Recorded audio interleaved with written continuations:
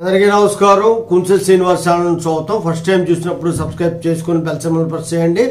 మరి 1800 వీడియోలు పైగా ఉంటాయి. ఈరోజు ముఖ్యాంశం ఏంటంటే రెవెన్యూ శాఖ మీద వచ్చిన ఆరోపణల్ని మీకు క్లియర్గా ఎక్స్ప్లెయిన్ చేస్తాను. ఇది ఆరోపణలు ఎవరో వాళ్ళు చేసినటువంటిది కాదు. సిసిఎల్ అధ్యక్షురాలు ఎవరైతే ఉన్నదో ఆమె జయలక్ష్మి అని చెప్పేసి ఆమె చేసినటువంటి జయలక్ష్మి గారు చేసినటువంటి ఆరోపణలు అవి. అంటే ఆమె కూడా సరిచేస్తానని చెప్పింది, నిజమే అని ఒప్పుకున్నారు. ఈ విషయాలన్నీ మీకు క్లియర్గా తెలియజేస్తాను. రెవెన్యూ శాఖలో అర్హత లేని వాళ్ళని, ఆ అర్హులు కాని వాళ్ళని తీసుకొచ్చి తహసీల్దారులుగా నియమిస్తున్నారు అని చెప్పి ఒక ఆరోపణ ఉంది. అంటే రెవెన్యూ శాఖలో తీరులో ఎటువంటి మార్పు లేదు, కనీస పాలనా వ్యవహారాలపై అవగాహన లేని వాళ్ళని తీసుకొచ్చి తహసీల్దారులుగా నియమిస్తున్నారని చెప్పి ఒకటి. రెండో పాయింట్ ఏంటంటే ఒకసారి 280 మందిని అవకాశం కల్పిస్తూ అతిపెద్ద తప్పు జరిగిందని చెప్పి ఆరోపణలు వచ్చాయి. అంటే ఒక్కసారే తహసీల్దారులుగా 280 మందిని నియమిస్తే అది తప్పది, అర్హత లేని వాళ్ళు తహసీల్దారులుగా ఇచ్చాం, ఇక ఈ తరువాత అలాంటిది పునరావృతం కాకుండా జాగ్రత్తలు తీసుకుంటామని చెప్పి మళ్ళీ అదే తీరునే వ్యవహరిస్తూ వస్తున్నారు. అలాంటి విషయాలు అర్హత ఉన్న వాళ్ళని పక్కన పెట్టి అర్హత లేని వాళ్ళని తీసుకొచ్చి తహసీల్దారులుగా నియమిస్తున్నారు అనేటువంటి ఇది ఆరోపణలు అనేవి ఉన్నాయి. రెవెన్యూలోని అధికారులను ఒక్కొక్క తహసీల్దారులుగా నియమించడంపై పలు విమర్శలు అనేటువంటివి వస్తున్నాయని చెప్పారు. దీని మీద లెక్కలు కూడా ఉన్నాయి. 679 మండలాల్లో తహసీల్దారులు ఉండాలి. సిబ్బంది కొరత వాళ్ళు ఏం చేశారంటే 399 మండలాల్లో మాత్రమే రెగ్యులర్ తహసీల్దారులు అనేటువంటి వాళ్ళు ఉన్నారు. తర్వాత డీటీలు ఉంటారు. డీటీలను ఇన్ఛార్జ్ తహసీల్దారిగా నియమిస్తారు. డీటీలు అంటే డిప్యూటీ తహసీల్దార్ గారు. డిప్యూటీ తహసీల్దారులు కూడా 160 మంది ఉండవలసిన దగ్గర 120 మందే ఉన్నారు. 160 మండలాల్లో 120 మందే ఉన్నారు. అంటే తక్కువగా ఉన్నారు. వాళ్ళని కొంతమందినేమో తహసీల్దారులుగా నియమించారు, కొంతమందిని డిప్యూటీ తహసీల్దారులుగానే ఉంచారు. అయితే ఈ కొరత ఉన్న దగ్గర ఏం చేశారంటే కింద స్థాయి వాళ్ళని తీసుకొచ్చి తహసీల్దారుగా నియమించారు. అంటే సీనియర్ అసిస్టెంట్లని అలాంటి వాళ్ళని తీసుకొచ్చి ఈ తహసీల్దారులుగా కొనసాగిస్తున్నారు. అయితే ఇక్కడ కొంత సమస్య ఉంది. ఈ సమస్య మెయిన్ అనమాట. అందుకే చివరి వరకు వీడియో చూస్తేనే ఇది అర్థమవుతుంది.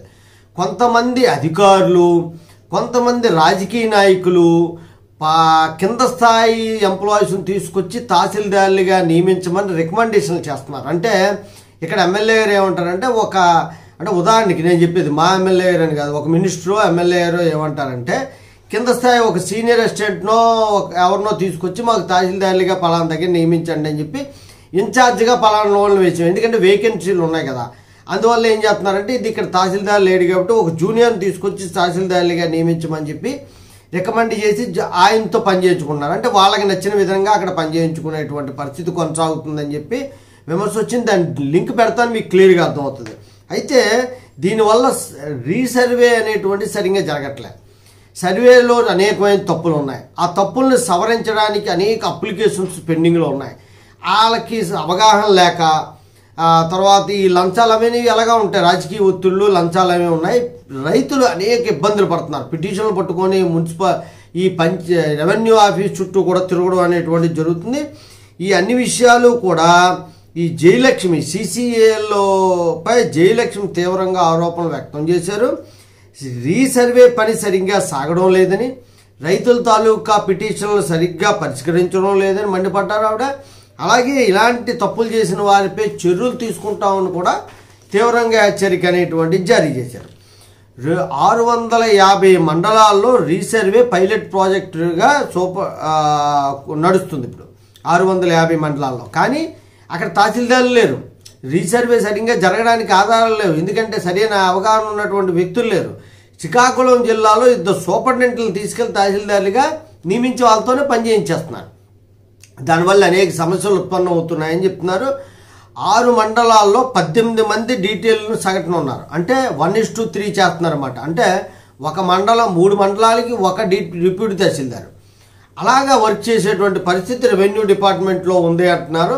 ఒకవేళ ఈ ప్రభుత్వం పట్టించుకొని సచివాలయంలో పనిచేసే వాళ్ళు తీసుకొచ్చి రెవెన్యూలో పంపించి రెవెన్యూలో సరిపడినంత సిబ్బందినిచ్చి కరప్షన్ జరిగిన వాళ్ళని ఇమీడియట్గా సస్పెండ్ చేయడం, జైలు శిక్షణ విధించడం లాంటిది చేస్తే రెవెన్యూ శాఖ బాగుపడుతుంది.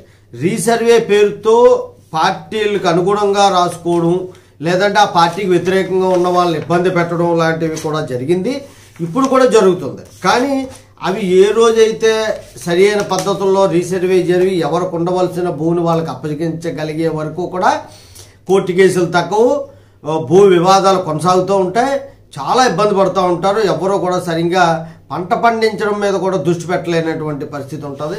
దీని మీద ప్రభుత్వాలు చాలా జాగ్రత్తగా పూర్తి అవగాహన ఉన్న వ్యక్తులతో ఇలాంటివి ఏం చర్యలు తీసుకోవాలని కూర్చొని చర్చించి చర్యలు తీసుకోవాలి. జై హింద్, భారత మాతాకి జై.